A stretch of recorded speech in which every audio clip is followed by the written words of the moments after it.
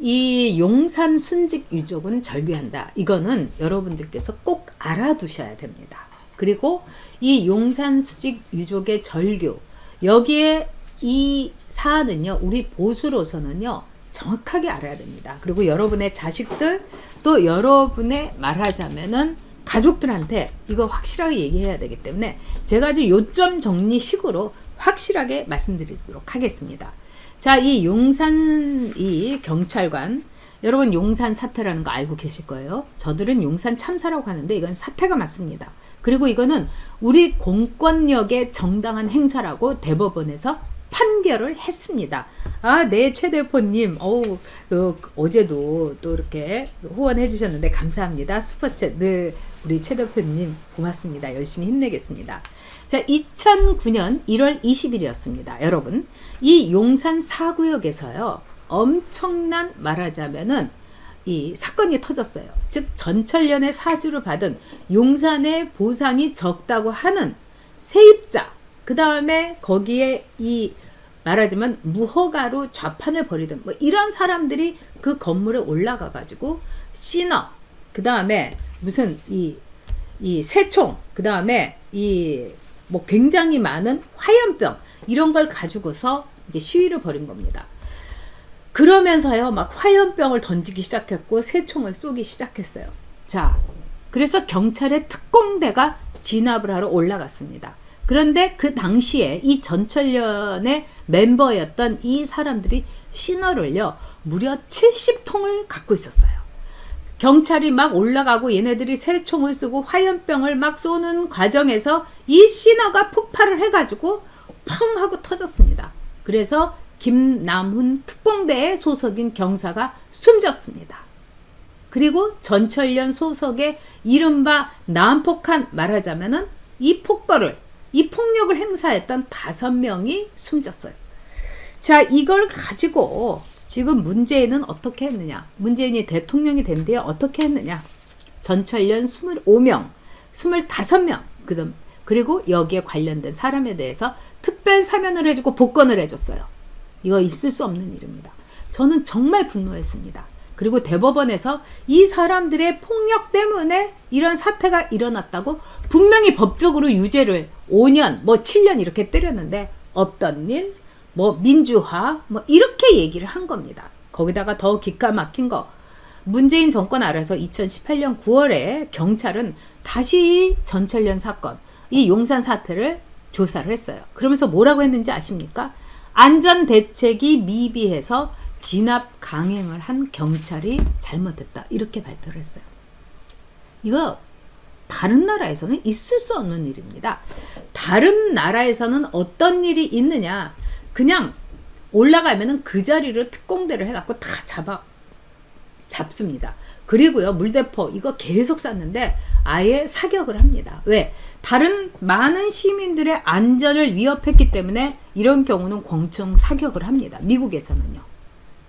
근데 우리의 경우는요, 그리고 미국에서는요, 경찰권에 공권력에 대해서 유니폼을 입은 사람에 대해서 이렇게 화염병 던지고, 그 새총도 제가 그때 이 국감을 하면서 봤는데 어마어마하게 큰 새총입니다. 이건 새총이 아니라 장총이에요. 그리고 돌멩이로 쏜 거예요. 그리고 거기다가 불을 붙여가지고 또 불화살도 쐈습니다. 이거는 폭력입니다.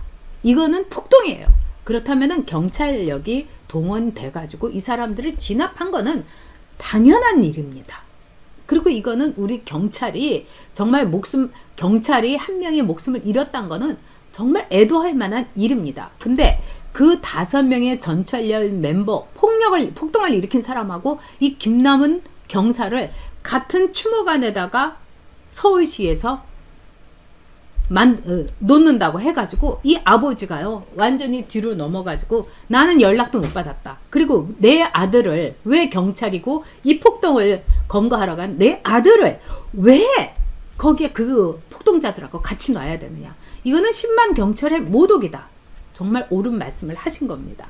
네, 우리 니스님께서 내년에 전 작가님 보궐선거에 꼭 나가세요. 네, 제가 아주 열심히 하겠습니다. 니스님 감사드려요. 늘. 자, 그런 점에서 이 전철련 사건에 대해서 제가 서울시 국감을 할 때도 제가 조사를 했습니다. 이 전철련 사건은요, 여러분 굉장히 파렴치한 세입자의 사건이다, 이렇게 말씀드리겠습니다. 이 용산 철거는요, 그 전부터 다 예정이 돼 있던 거예요. 그래서 이 세입자들한테 5년 전에 집주인이 이 세를 주면서 이 각서를 받습니다. 뭐 이런 식으로 각서를 받아요. 이 각서가 제가 본 것만 해도 한 집에 10장쯤 됐어요. 계속해서 각서를 받는데 각서 내용이 뭐냐? 철거를 하게 되면은 철거 시작을 해서 그러니까 퇴주를 해달라. 여기에서 나가달라 하면 즉각 나간다. 이게 각서였어요. 그리고 그 당시에 엄청나게 싼 가격에 말하자면 뭐 치킨집이고 뭐 이런 걸 한 거예요. 이 사람들은 맨날 자기가 사인을 했어요. 그래서 서울시에서 국감을 할 때 제가 그 자료를 들이대면서 그 세입자였던 그 전철련의 간부의 어머니한테 얘기를 했어요. 이거 당신 글씨 아니냐? 당신이 다 사인한 거 아니냐? 그러더니 이렇게 딱 보더니 내 글씨는 맞는 것 같은데요? 이러더니 기억이 안 나요? 이러더라고요. 제가 그때 느낀 게 뭐냐면, 과연 약속은 부자만 지켜야 되는가? 과연 약속은 강자만 지켜야 되는가? 과연 약속은 가난한 사람들은 무시해도 되고 가난한 사람은 파기해도 되는가? 그리고 그들은 진짜 가난한 사람인가? 이것도 묻고 싶었습니다. 자, 그들은 이제 전철련의 사주를 받은 사람들이죠. 그리고 전철련의 간부도 있었습니다. 전철련은 1996년에 생긴 철거민을 위한 철거민 연합이에요. 그래가지고 전국을 다 돌면서 철거민들한테 내가 10배로 보상을 받게 해주겠다, 이렇게 하면서 그 사람들한테 1억 원이고 그 뺀 계약금이고 이걸 다 기부를 받습니다. 그 다음에 철거민들한테 확실하게 운동을 해야 된다, 이러면서 생업을 포기하게 하고 계속 전국을 데리고 다니면서 극렬한 시위를 하게 됩니다. 이단 종교 집단하고 똑같아요. 가족한테 떨어져라, 그리고 있는 거 다 바쳐라, 그 다음에 전국적으로 극렬하게 돌고 다녀야 된다, 이렇게 하면서 이 사람들을 계속 세뇌를 해가지고 전철련이 말하자면 이렇게 봉기를 벌이고 폭력 행동을 하는 그런 뭐 용산을 비롯해서 무슨 뭐 각 전국의 각 지에서 계속 사람이 죽는 겁니다.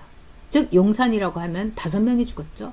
뭐 인천 같은 데는 뭐 3명이 죽고 계속 이런 거예요. 그래서 그 당시에 2010년 7년 이때 한겨레 21, 그 다음에 말지에서, 여기 다 좌파 매체 아닙니까? 불구죽죽한. 그런데도 특집을 냈어요. 뭐라고 했냐? 왜 전철련은 계속해서 사람을 죽이나? 이게 말지하고 이 정봉주가 있었던 말지하고 그 다음에 한겨레 21에서 났던 얘기입니다. 즉 전철련은 이렇게 자기의 멤버들, 회원들을 죽임으로 해갖고 거기에서 보상비를 받아갖고 그걸 가지고 또 분배를 합니다. 결국 뭡니까 여러분? 장사를 하는 거예요. 그것도 사람 목숨을 죽여가지고 목숨값 장사를 하는 거예요. 여러분 보시죠. 뭐 조폭들이 누구 대신 죽여가지고 그거 갖고 목숨값 받고, 이거하고 똑같은 겁니다. 전철련은 조폭 이권단체다. 저는 이렇게 결론을 내립니다. 그래서 제가 굉장히 많은 이 자료를 보면서 너무너무 끔찍하고 소름이 끼쳤어요. 그런데 이 좌파들은요, 전철련에 대해서 꿈쩍도 안 합니다. 그리고 그 당시에 계약을 했던 사람들은 그 계약을 지켜야 되는 거예요. 이게 바로 우리의 민주사회라는 겁니다. 헌법을 우리가 이 소중하게 여기하는 것은 결국 계약을 지켜야 된다는 기본 원칙을 우리가 동의했기 때문입니다. 그래서 사회계약론이 뭡니까? 법치인 거예요. 그 바탕이. 그런데 전철련에 말하자면은 500만 원에 뭐 월세 50만 원에 들어간 이런 사람들은 다 지키지 않는 거예요. 그리고 계속해서 나중에 전철련에 이 꼬임에 빠져갖고 당신들이 무허가고 뭐 계약을 파기하고 뭐 계약서는 있지만은 끝까지 버티고 막 화염병 던지고 그러면 당신들이 엄청난 배상금을 받을 거다. 여러분 이게 맞았어요. 이 용산 사태에 이른바 폭력 행위를 했던 사람들 엄청난 보상금 받았습니다. 이게 문재인의 나라예요. 이게 우리가 두려워했던, 우리가 경악했던 반법치의 실태인 겁니다. 전철련이라는 이 단체 폭력 이권 단체다.